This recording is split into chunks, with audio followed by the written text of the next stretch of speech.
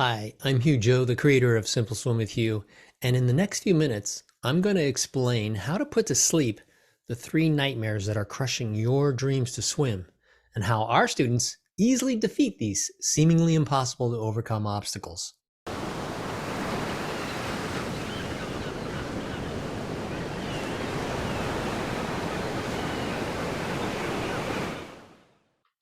going to use a very watered down version of the hero's journey. I'll be combining all of the three most common possible conflicts, despite the fact that usually the story is about one obstacle. Since there are so many of us, any one person could have one or more of these conflicts, keeping them from reaching their goals. So the first reason is the battle against nature. We love water, the power, the beauty, the fact that it gives life. We're mostly made of water. Well, we keep asking, well, then why do all my friends and family have so much fun in the water except me? What's wrong with me? Why does swimming feel like dying? This battle against nature alone is enough to keep millions, let alone you, from ever attempting to swim again.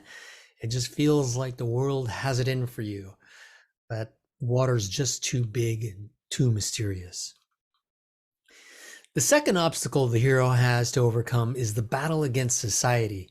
We believe institutions are doing their best and providing the best tools to eradicate drowning, and that they iterate and iterate in order to provide the latest methodology to the public to ensure their public safety. So they must know what they're doing, right? Their approach is the best for the masses. It must be the fastest and the safest, right? Well, when you examine a lot of the data from many of the developed countries, they like to tout numbers like 60-80% of our population knows how to swim. But then if you dig deep, and you don't even have to dig very deep, they'll admit that less than 20% can only swim about 25 meters, which isn't very far. And many of you probably know this yourselves because you're here and you already know that they've allowed you, if not many others, to fall through the cracks of this so-called system. And what about the fact that 25% of drowning victims were exposed to these same exact courses, the same exact methodology? So what's happening here? Why does the military use a different methodology? Why do Navy SEALs use a different methodology? And why do the expensive swim schools where you fly all over the world and stay in their hotels, why do they use a different methodology? Is it possible that our institutions that we trust with our safety and with our lives, that they're a bit complacent? Are they just happy with the status quo? And here's why I think it's such a problem. You see a person swimming and you think, it looks so magical, it looks so easy and effortless, but you get in the water and again, you feel like you're about to die. That dissonance is so troubling that it leaves you to come to only one conclusion, and that is something's wrong with you, and or you don't deserve to know how to swim, or you're too late, you missed the window, that it's time to get off and just never revisit this terrible, devastating, limiting monster. So how do most of us fix that feeling? Well, we just stay away from the cause of the dissonance altogether. We avoid it at all costs. No trips, no get-togethers, no vacations, or anything near water. So you've made it to the end and you want to know how the hero defeats the enemy.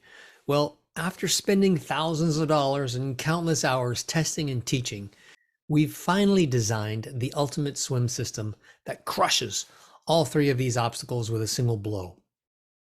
Simple Swim with Hugh is the simplest, safest, and fastest way for any person to learn to swim.